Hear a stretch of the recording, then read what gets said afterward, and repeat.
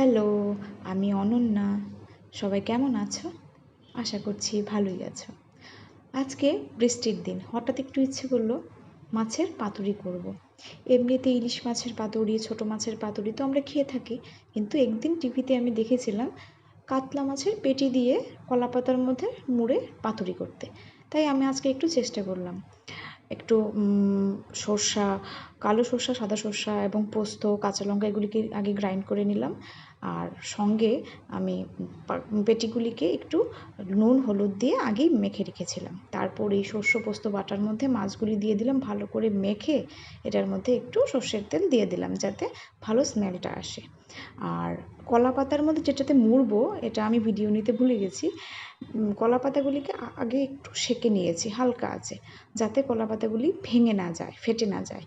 তারপর কলা পাতাগুলির মধ্যে একটু একটু সর্ষের তেল হাতে করে মেখে নিলাম।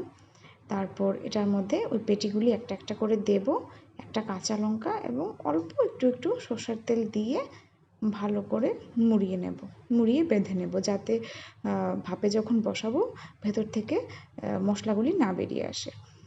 তো এটাকে অনেকে তাওয়াতে সেঁকেও করতে পারে, কিন্তু আমি এটাতে কড়াইয়ের মধ্যে ভাপে বসিয়েছি, জল দিয়ে ভাপে বসিয়েছি। যখন হলো তখন সত্যিই খুব ভালো লেগেছে খেতে। মাছটাও খুব ভালো সুসেদ্ধ হয়েছে এবং গন্ধটাও খুব ভালো বেরিয়েছে। তো এইভাবে আপনারা করে খেতে পারেন। যদি ভালো লাগে জানাবেন। ইলিশ মাছের মতো লাগবে না, কিন্তু ভালোই লাগে।